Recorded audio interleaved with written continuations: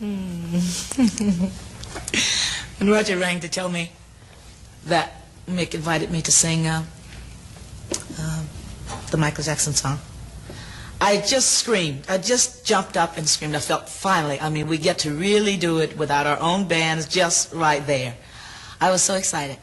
I've always had this thing of wanting to work with the Stones. I actually did perform with them at Winterland a few years ago, but that was standing up there with the Rolling. I was nervous, I was shaky, I was on someone else's ground. I was singing in mixed key, and this time it was like us doing it together, like a real duet, you know. What's it like standing with Mick Jagger? Are you kidding? I mean, you are talking about legend. Forget about the people that says, but Tina, you're a legend. Fine, great. I'm talking about something else now. I'm talking about my excitement to be there with Mick and to actually, we're alike in that sense. I mean, we have so much attitude. I mean, we can play off of each other, know what we are doing, and just laugh at ourselves. That is a lot of what was going on at Live Aid and any other time that Mick and I are singing together. There's a communication there that you can't touch. That's what it feels like.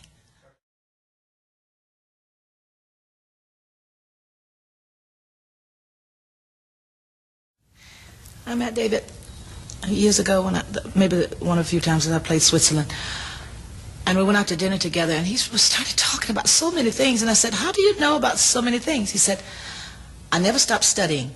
I took that from him, because you don't really have to go to school or have someone to tell you. You just pick up the book or whatever, and you take and you study and you learn. He's got so much knowledge in there that he really is like the man that fell to earth for me. I mean, you can't put your finger on David. I mean, he's just abstract to me.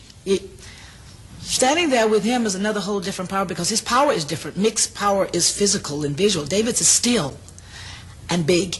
Do you understand? I can explain. I think when I said to him, I want you to come on the end of my show at in London, and I said, this is what I'd like for you to do. It's a surprise. I said, I'd like for you to come up the stairs from the back. I said, and just standing there being golden. That was how I saw him.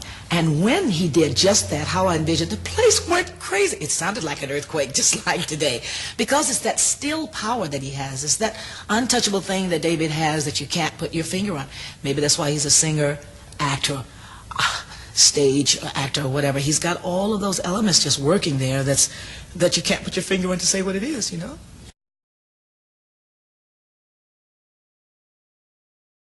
Again, I think that if Keith didn't look the way he looks, he wouldn't even sound as good. I think all of his entire soul, his entire being is his music and his feeling. I stood on stage with him at Winterland, and he's wearing old suede boots and his toes are coming out. The look was great from the back, because it looked like a mixture of very hip colors. Those are old clothes that Mick won't throw out. I mean, that Keith won't throw out. It's just his life is his music. It's in his hands and his fingers and coming from inside. The dressing room is the same. He's sitting there playing song after song after song before he goes on stage. Yeah. What can you say about it? Each time I interview or audition a guitar player, I say, you know, like Keith Richards, I like, you know, the sound of Keith, just some kind of way that manages to come out. My favorite guitarist, I think.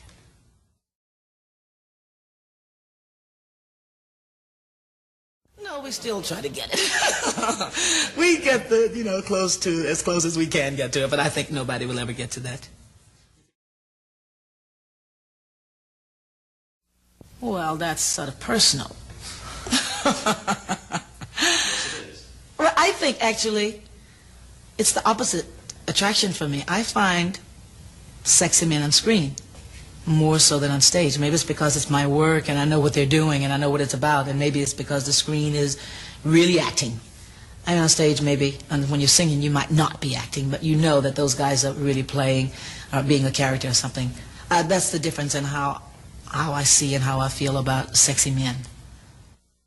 I do believe that singing is the next line to acting, because I'm acting when I'm singing. I mean, each song is a story and I'm living it. And to me, singing, I'm acting is, then you're speaking. The difference is being still for the camera, and I've learned working the camera now. I think that's the next step if you want to stay in the business, if you want to work longer. I really do. I'd like to see a lot of the guys now, they're sort of said, well, you know, I don't know what I'm going to do. I'd like to see them do a bit of acting just to see. A lot of them try. Yeah, but you have to work at it. You know, it's just like it's trial and error. You got to miss with that, just like you miss with the records, I think. I mean, I haven't been that successful at it.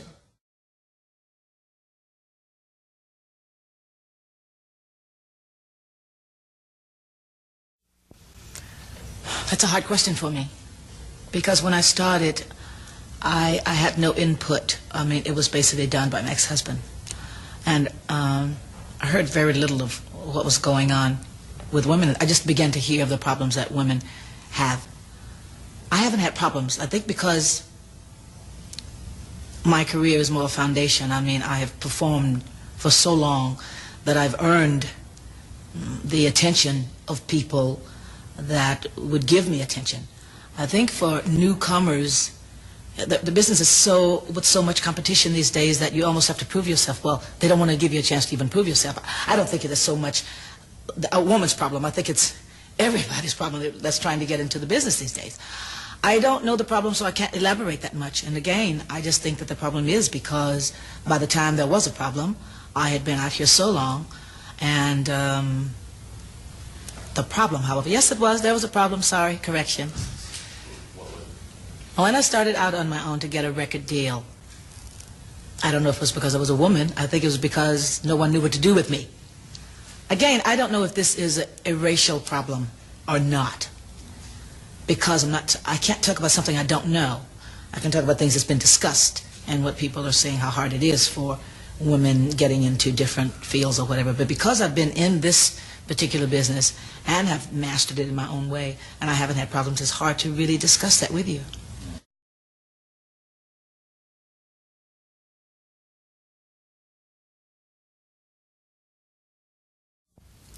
I rather liked it.